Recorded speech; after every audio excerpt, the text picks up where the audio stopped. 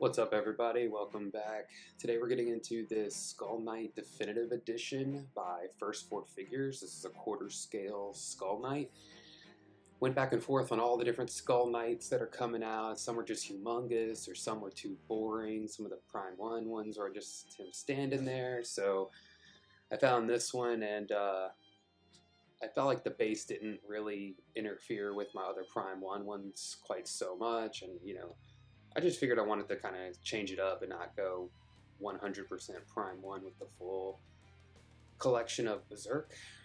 But so I went with this, and I'm really excited about it. It's packaged really well. Did a great job. Came in 2 huge boxes. They were heavy. One was really heavy. So this is the first one here. I believe this is the base. The base is really cool. I really like how they did it. The bottom part of the base is narrow.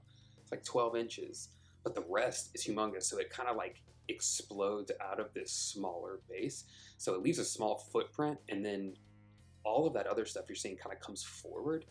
So it's a huge piece, but it actually conserves space like really well. So that's kind of what made me want to get this one in particular, because I'm limited on space, and yeah, this one just kind of like fit my needs the most, I guess. So getting into all the parts, I definitely needed the instructions. The instructions were okay. They're about on the same level as Prime 1. They could always be a little better, but they're alright. So I'm kind of going through and getting everything out and really kind of checking the pieces, making sure that nothing's broken, everything's intact, and getting to know it a little bit, I guess. So this second layer here, it's pretty much just the cape, couple tiny little pieces, but it's a sculpted cape. Now, if you're a fan of sculpted capes in statues, this thing is like the grail for sculpted capes. The cape is humongous, and it goes straight up, and it just has all this texture and movement, and man, it like, the statue without the cape and the statue with the cape are two totally different things, because the cape is that wild, but it doesn't go back very far. So pretty much where the base ends is where the cape ends. If not, the cape might even come a little more forward. But it's awesome because it just flares out and looks humongous, but it doesn't hit the wall. So love the design on that. You get a lot of statue, but it commands a really good presence, but it's not like, it's humongous, but it's not taking up a lot of room, which is so weird, and probably my favorite part of this particular statue. So you can see I'm just kind of getting everything on there, walking you through what you can expect if you get this guy. I think they did 4 different versions, 2 color variants, and the color variants in the regular edition and the definitive edition. The other one was bone white, but Skull Knight was always like a dark metal to me in my mind when I was reading the manga, so I definitely am glad I went with this. I'd love to see the white one like in person or another review of it, but this one was it for me. I absolutely love Skull Knight. I love him in the books. I love the look of him. I'm just like, God, if I was a character in a fictional story, I just would want to kind of look like Skull Knight. He's so sick. Pretty much everything went in really good and grabbed really hard. This is the LEDs. So you get a battery, a weird medium blue size battery, and then you get a plug-in, and the plug-in is awesome because I kind of forgot to put the battery in, and I was like, shit, and then I realized I could just plug it in right in the back. So easy. The button's so easy to find. Barely touched. It comes right on. The LEDs in this things are awesome. I don't typically light my statues up that much, but being that you can plug this in and kind of just say, hey, Siri, turn on my, or Google or whatever you use, like turn on my Skull Knight, it's kind of something to consider. Here's a full 360 shot so you can see everything. Now we're going to get closer on this so you can see the detail, because there's some manga going on the base, but I love it. It's like sets the tone of the scene, and you get a lot of story in the base without it going too wide and too wild. The arms and the stuff coming from the front really just kind of, you can see in the silhouette, it comes more forward. This is just the best manga pieces and arcs and important parts and important characters. Try not to give any spoilers, and just there's really cool imagery. This is probably one of my favorite parts. Is this old parchment-looking art of Kentaro Miura's, like this right here. It connects me back to the book and the story and like why I love these pieces. The wax dripping down, amazing. It's glossy, but then the white paint knocks that part down. The wicks on the candles are wire. When I pulled the base out, one poked me, and I was like, what the hell is that? And actually, yeah, so those can't really break. I mean, they can bend, but here you can see some of the arms and the weird, like, raven head holding the baylet. You know, I know they're going for everything that was in the manga, and, like, they're really trying to capture that moment in the story, so they kind of had to get everything in there. Now, this is a lot of the glow on Skull Knight is painted. That's actually painted. There's a little bit of red glow for my light, but you can turn this thing off or have it in total natural light. The fire really does give the illusion that it's glowing. So they nailed that, especially with the LEDs on. Because when the LED lights come on, it just like grabs that yellow and red paint and like hyper effective. Actually really looking at it and really want to replicate that in a statue that I paint. Here is a look at and breakdown of the instructions and the two different variants. This is the COA, kind of like a credit card vibe happening here, and how to register it. So these are just close-up shots. That's the Raven. He plugs right in. Kind of weird. It kind of looks like a taxidermy mount thing. I wish they would have maybe had a piece of wing coming out too. Here's a close-up of the parchment and some of the manga pieces. So sick. So good. The battle weathering on the bottom of the base, incredible. The wax, nailed it. It just reflects it. It just contrasts from that concrete so well.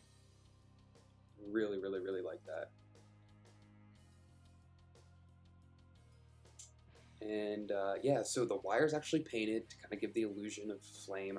It doesn't, or maybe I don't know what they're doing with the paint. They could have just left wire, just look like old burnt out candles, but hey, whatever. This weird bone stuff. Okay, so I'm kind of like, there are parts about the blobby flesh creature shit coming out of the front. There's parts of it I like and parts of it that I'm kind of confused by. Like, the faces are cool. I like that. I like the skulls. They are kind of just sitting around, which is a little weird. I like the fire coming out. I like the parts of the flesh things coming out of the fire. That's cool.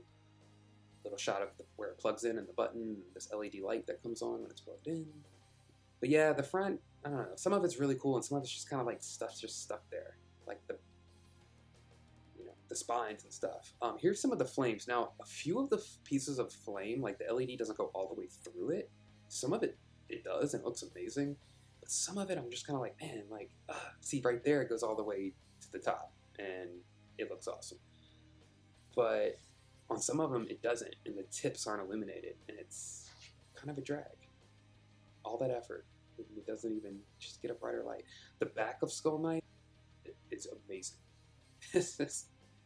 It looks so cool in person. It's like, I don't know. As someone who draws a lot, this is just like really cool. The back foot, the pose, I like how the armor moves, just amazing. Texture. That's a red light. That's my light. Sorry. It is a bit much, but I didn't really realize it at the time on camera. It's really red. But again, if you just look at the left side, you can get an idea of the texture, the weathering. His armor, the paint, incredible. Texturing, incredible. The glow paint on him is super effective. It reminds me of the Mythos Darth Vader from a million years ago that was always like, oh, cool idea, but I always thought it was poorly executed. It's just too blunt. But this is very subtle, and get a little Skull Knight. Man, the spikes around his collar are super sharp, and the spikes around his head are super sharp. Putting the head on, I like literally poked myself, and it's like, holy shit. This is without the LEDs. The eyes still look cool. That is actually red paint on the shoulder. Some red light, but a lot of red paint. So, paint effect. The portrait's incredible. The head is actually almost feels like plastic. It's like very hollow and really lightweight. But I guess that's definitely for all the LEDs and the wiring inside of it. Man, just so cool to see this character in 3D, because I've only seen him in 2D in the anime and the manga, so playing with these shots, and I really want to like photograph him and just get some killer references. Here's a upward view. He fits in great with the scene. It looks awesome. Nice straight on shot. So if you're basically looking right at the statue eye level, this is pretty much what you can expect to see.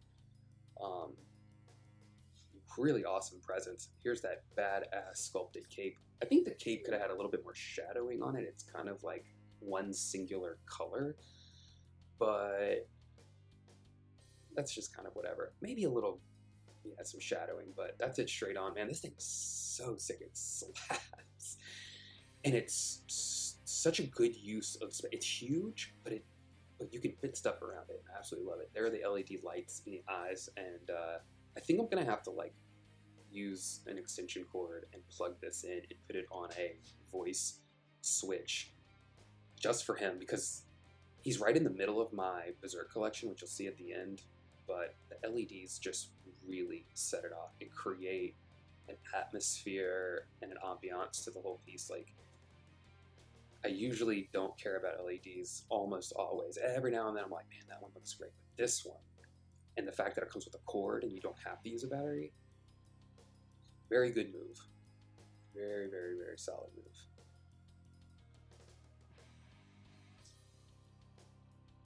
Yeah, I mean, you cannot mess with it with the LEDs on. It is badass.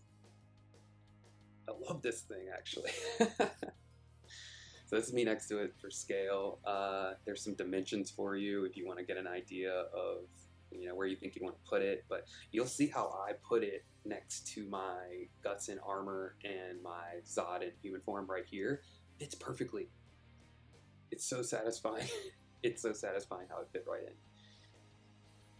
Just like a puzzle. It does block that incredible print that I have back there by, and of course I'm gonna Dave Raposa.